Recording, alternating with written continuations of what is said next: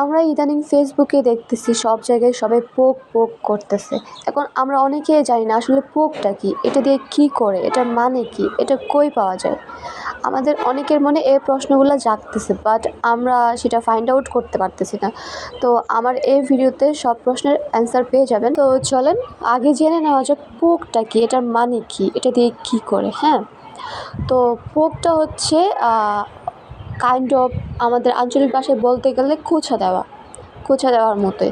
আমাদের ফ্রেন্ড লিস্টে এমন অনেক ফ্রেন্ডস থাকে যারা হচ্ছে আমাদের ফ্রেন্ড থাকে, বাট আমাদের কোনো পোস্ট কোনো কিছুতে রিয়্যাক্ট কমেন্ট শেয়ার কোনো কিছুই করে না। ওনাদের মনেই থাকে না যে আমরা ওনাদের ফ্রেন্ড আছি। এমনকি ওনারা আমাদের কোনো পোস্টের রিয়্যাক্ট কমেন্ট শেয়ার না করাতে আমাদের কোনো পোস্ট তাদের নিউজ ফিডে যায়ও না।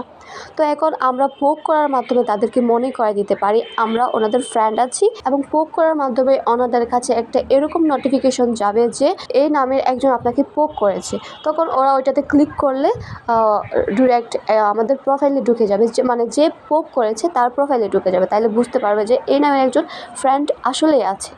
তো ওরা ওইখানে হচ্ছে আপনার পোস্ট রিয়্যাক্ট কমেন্ট শেয়ার সব কিছুই করতে পারে। তো এই পোকটা আমাদের প্রোফাইলের রিচ বাড়ানোর ক্ষেত্রেও কাজে লাগাতে পারি। তো এখন চলেন দেখি পোকটা আসলে আমরা কোথায় পাবো। প্রথমে যাব আমরা সার্চ বারে যে লিখবো পোকস, এক্স্যাক্টলি এরকমভাবে লিখে সার্চ করব। সার্চ করার পর একদম প্রথমে যেটা চলে আসছে এইটাতে ক্লিক করব। এটাতে ক্লিক করার পর আপনার যতজন ফ্রেন্ড আছে ওগুলো সব এখানে শো করবে সাজেস্ট পোকসের নিচে। তাহলে আপনার যাকে ইচ্ছে পোক করতে পারেন।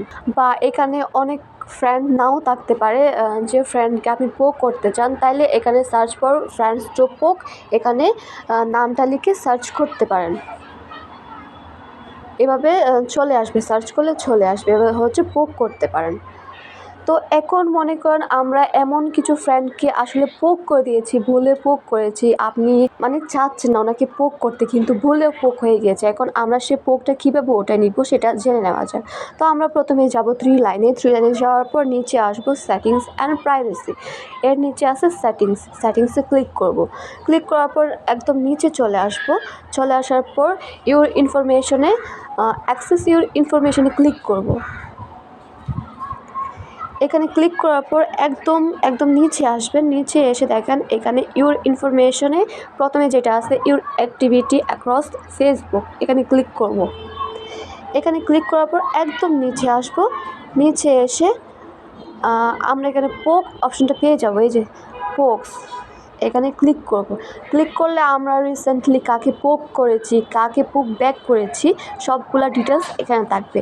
এখানে মনে করেন আপনি প্রথম যাকে মানে পোক করেছে তাকে আমি পোক করতে চাচ্ছি না, বাট ভুলে হয়ে গিয়েছে, তাহলে এখন আমি তাকে ওটাই ফেলতে পারবো, মানে পোকটা ডিলিট করে দিতে পারবো।